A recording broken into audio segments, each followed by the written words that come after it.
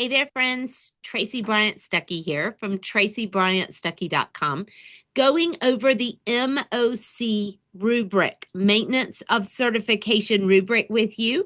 If you are a renewal candidate and you're looking at whether this is a process you want to go through, I hope after this you say, yes, I can do this. I'm going to do this, because the MOC process really supports you in reflecting on your practice and creating more professional growth in the future around student needs and really your own needs as well. This is our rubric. There are 9 bullet points on the rubric. Several things that I want to point out to you are number 5 says practices national board standards-based relevant and meaningful instruction in the candidate certificate area. So when you hear myself or any other coach talk to you about making sure that you're doing things that are relevant to your initial certificate area, whether you're in that certificate area or not, that's because of number 5. And so as long as you have a PGE that is content-based, so based on meaningful instruction in your certificate area, from your initial certificate area, and then you're going to connect that to your component 2, that is going to be scored in that area.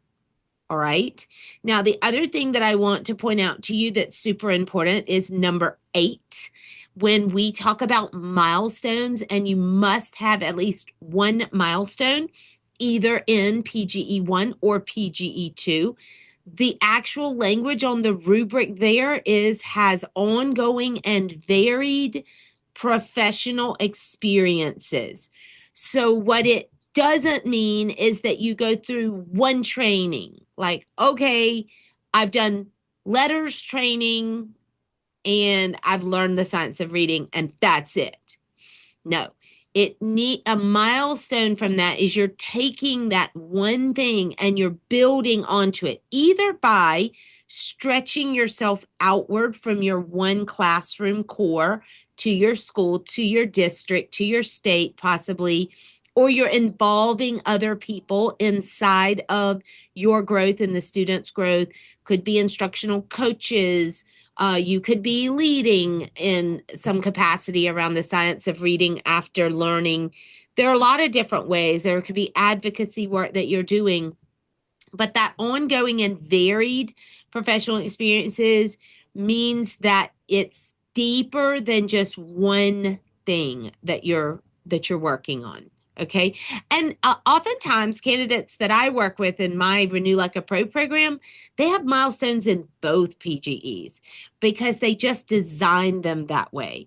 You know, you're like professional designers of your own growth and the growth of your students. And so as long as you look at it from the lens of a milestone, you'll have a milestone. You'll know it, or you'll know don't use that as a PGE. Bottom line, number 7, everything we do as National Board Certified teachers impacts our students' learning. Everything.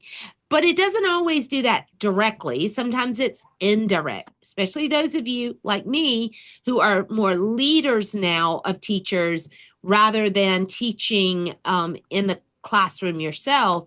We're indirectly impacting the learning of other teachers' students. So it can be either one of those ways.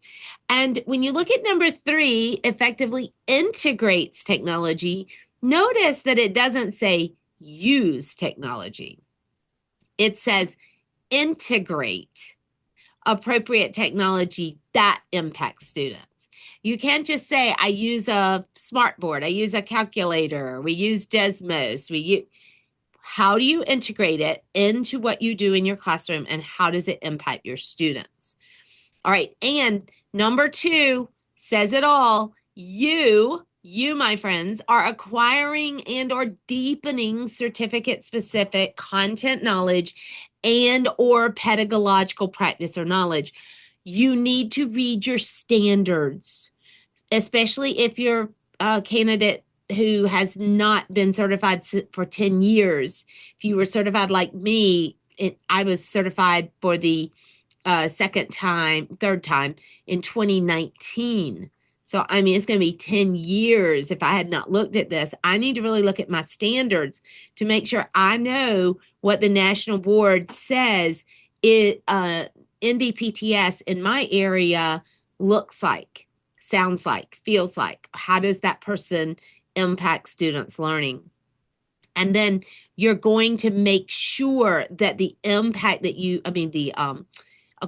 the certificate specific and pedagogical practice that you've grown in, had professional growth in, matches needs, which is number one. We lead with needs in the maintenance of certification process.